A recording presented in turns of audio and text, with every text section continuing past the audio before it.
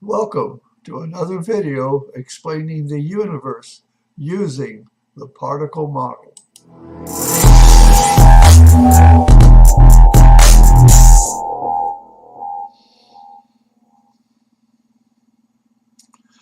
Well, today's video is about parallel resistors, how the particle model would explain how they work. And then I'm going to explain an experiment to support that model. I have made three previous videos. The first one was an overview of the three experiments plus a detailed explanation of the first one. And the second video actually gave the results of that experiment, and which went very well. I got 70 and 80% correlation between the particle model predictions of that experiment and the measurements made. I also sent out a video that I don't list here, a challenge video saying that you can do this experiment. You can prove it to yourself, and I would even help you. Then I made a video. The last one was to explain the second experiment where I would try to calculate two of the constants of my equation for circuits that I need to actually be able to have working equations. And, and now this one is to explain the parallel resistors. The first one showed that the shielding was involved with the circuits. I'm still working on calculating the values. I've done the measurements, but I haven't got the equations done enough to give a report. And so today I'm going to show how G2 gravity makes parallel resistors work. This is a simple test circuit I'm using as an example. A 9-volt battery with a 3K resistor, two resistors in parallel, a 3K and a 6K, and then a 4K, and then you're going to have current flowing this way. A 9-volt battery with a 3K and a 4K, that's 7. This parallel combination actually makes 2K, so 7 plus 2 is 9K. With 9 volts and 9K, you're going to get 1 milliamp of current flow. That's the traditional answer. That's what you would learn and see if you just did the experiment in the normal way. Well, there is a standard equation for parallel resistors, and it's this equation where the resistance of the parallel of the two of them is equal to the product of the two divided by the sum. And when you take a 3K and a 6K, the product is 18K over 9K, which gives you 2K. It works. The standard model, however, has no physical explanation at all as to what makes parallel resistors work. But the values of the currents that flow through the resistors are related to the value of the resistors somehow, and the currents split properly based on the value. So it seems to have something to do with the values of the resistors. And the current through R1 and R2, I just indicated was 1 milliamp because there's 2 volts drop across the two resistors. With 2 volts across 3K, you get 2/3 of a milliamp, and with 2 volts across 6K, you get 1/3 of a milliamp, and the combination of the two make, when they sum back together going through to a common line, it adds up to 1 milliamp, which is what the whole circuit has. So this is the split that has to happen to make the circuit work. The circuit will always have these values every time. These values are really deterministic. Therefore, they must have a cause. Every time you do the experiment, you get the same thing. So this isn't some random happening. It's what I call a deterministic. There has to be a specific cause. Okay, now the particle model has really a basic assumption that there is a G1 gravitational field and a G2 gravitational field around all objects, including around the two resistors in parallel, including around the whole circuit. In particular, G1 gravity pushes the circuit towards the center of the Earth. Yeah, it's a fancy way of saying it holds it on the table. It doesn't fly away. It's not the important point here, but just to point out that it is there. G2 gravity causes the particles, that is electrons, to change direction. It pushes them. The G2 particle moves much, much faster than light and can catch up with and push electrons or G1 particles depending on the net force that's there at that point. And the point that it's going to be that we're concerned on is the connection point, the net force of G2 gravity around the resistors at the connection point. That's the critical point where the split has to happen. Okay, so let's see, can the G1 particles coming from the one resistor hit this connection point, and does it know which way to go? Of course they don't know which way to go. They don't know anything. They're not intelligent particles. The physical connection sets the mechanical split. Now, this, you might suspect that there's a 50-50 split here. Half of them go this way, half of them go this way. Well, and the split may not be 50-50. It could be 60-40 or 40-60 and split that way. But there is a G2 force field all around the parallel resistors. And it's these G2 forces that can make them force the G1 particles one way or the other.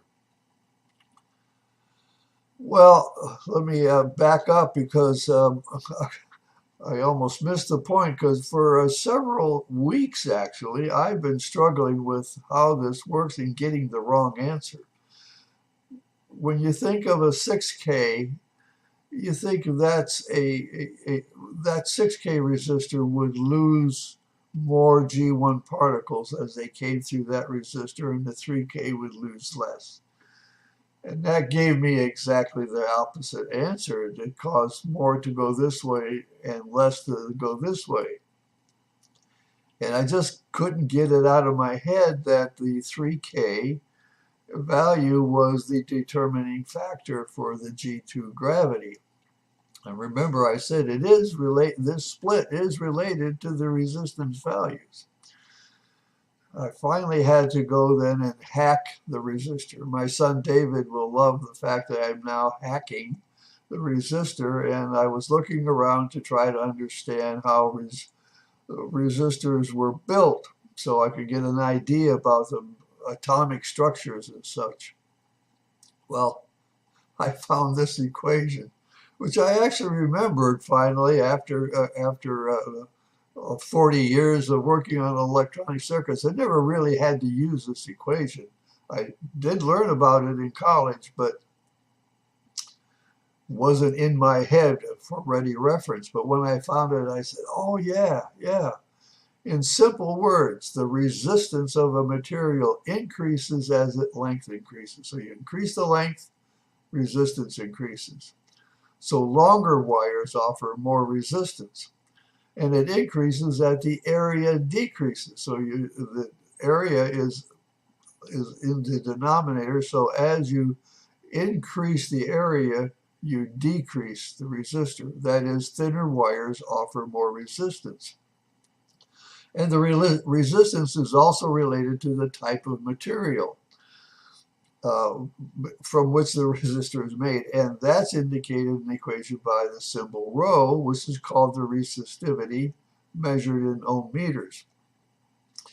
This is really a constant of proportionality that gets developed after a lot of experimentation. Takes some material, keep the material consistent, like carbon comp, which is made out of clay, and build resistors of a certain length and a certain area, cross-sectional area, and you can develop experimentally a value for the resistivity of a carbon comp resistor. It was George Ohm himself who developed this formula in his work when he did Ohm's law. So let's apply this to our 3K and 6K resistor. This is the equation. We're going to look at the resistor. First, I kept the length the same of the two resistors, but I made the cross-sectional area of the 3K twice as big as the 6K.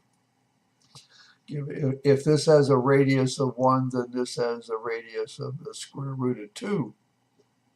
The two carbon comp resistors are the same length, but the 3K has twice the volume of the 6K. Therefore, there is more room. It flows through easier, provides less resistance than the 6K. The 6K has a smaller volume, less space, provides more resistance than the 3K. So the resistance works, this empirical equation works based on volume and space available for resistance. What about G2 mass? Well, again, I don't have a standard for G2 mass. I've been going on the idea that G2 forces respond where there is a preponderance of G1 particles. So the 3K has twice as many G1s as this has got twice the volume. This is half the volume. So there are twice as many atoms or molecules here than there are here, twice as many nuclei, twice as many G1 particle, or the orbitals. So the loss of the G2s passing through the 3K will be twice the loss of the 6K. So it's the opposite of what I was saying earlier. I was thinking that you'd lose more through the 6K. You don't. You lose more here because there's more G1 particles in the 3K. It has to do with the size of the resistor. The amount of space determines the resistance. The amount of volume and particles in the resistors determine the loss of G2 force as the G2 particles pass through. Okay, so now we look at the net force. This is my final diagram of the G2 force field around the two resistors. And I said there'd be a larger loss this way, from this point through the center of gravity, if you will, of this resistor to here, you have a large loss. The length of these arrows are not precise. I didn't draw them very accurately, but they're supposed to be the same. When it goes through here and it loses a lot, you'll see this arrow is smaller, and it's opposing this one, which is obviously bigger, and gives a net force in this direction. This vector has a component in this direction, as well as one in the vertical and one in the horizontal, pushing G1s this way. It loses half this here because this is half the size. And so this is reduced, but not as much. And so you have a force here, which has a component moving in this direction, pushing G1s this one. For every one that's being pushed this way, you have two being pushed this way. And that happens even before the G1s start flowing through. It's sitting there that way. So it's ready to go. So when you apply the current, you attach the battery and get the G1s flowing, it immediately splits in the same ratio. And when it finally settles down, and you have the appropriate number flowing here and here, whether it's the resistor themselves or the number of G1s flowing, this will still have twice the loss, this have half the loss, and this ratio is maintained. Before the current flows and as it builds and when it stabilizes, it's all the same. Okay, so the experiment I plan to do is to have a scope. I'm going to have a pulse generator, and I'm going to generate a series of continuous pulses, and I'm going to measure the time delay that it takes for the voltage across the 2K resistor. And I'm going to do the first one is a experiment. We're using a 9-volt battery, the 4K, 2K, and 3K, and not the parallel ones. I want a baseline to see how quickly this circuit stabilizes. It stabilizes. By the way, something I haven't covered, parasitic capacitances are often attributed to the delay in the rise time. I'm saying the delay is just the time it takes to stabilize and find the right number of G1s to flow through the circuit. So this is the baseline. I measure it and I keep that as a reference. Then I'm going to do the second half. Now here's the idea. The overlapping G2 force fields are strong when the resistors are right next to each other. They are weaker as the resistors are separated, and generally should reduce by the inverse square law, 1 over r squared. So I'm going to, step 1 of 3b is to set the two resistors exactly a half a centimeter apart with equal leads going towards the connection point. Then measure the length of time the two resistors reach 2 volts. Then I'm going to move them apart to 1 centimeter. I'm going to double the distance. Then I'm going to double it again. I'm going to measure it 3 times. So now I have 4 measurements, and I'm going to compare I only have the 3 shown here, but I've got the baseline measurement from the first one. This circuit's going to be 9 volts, 4K, 3 and 6K in parallel, and then another 3K.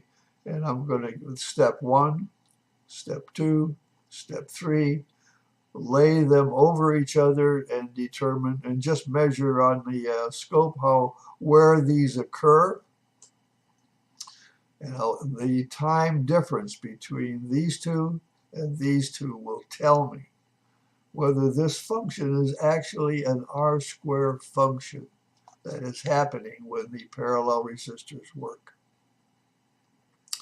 Okay, the G2 force that overlaps the connection point will be weaker when the resistors are further apart. Weaker means fewer G2s push the G1s into the two resistors. However, it takes the whole circuit some time to get the right number flowing in the first place. So that's why the experiment 3A, because there's no, we don't have to allow for how slow or fast the parallel resistor circuits are working. So if the parallel resistors can adjust in the same amount of time as the whole circuit, there will be no time difference to measure. One option that happens is to make the separation larger. Make it larger and larger until there is a difference or until I prove myself wrong. If the parallel resistors take a longer period of time than the whole circuit, then we will have time delays, and we can then evaluate that time delay against the R² law. Only time measurement will, only in time will, it's supposed to be a pun, not working very well. That's how parallel resistors work. That's the experiment to show that the explanation is a valid explanation. My name is Bobby Hilster, and I am your particle model guru. Tune in next time when I will explain more about the universe using the particle model. Thank you for your attention.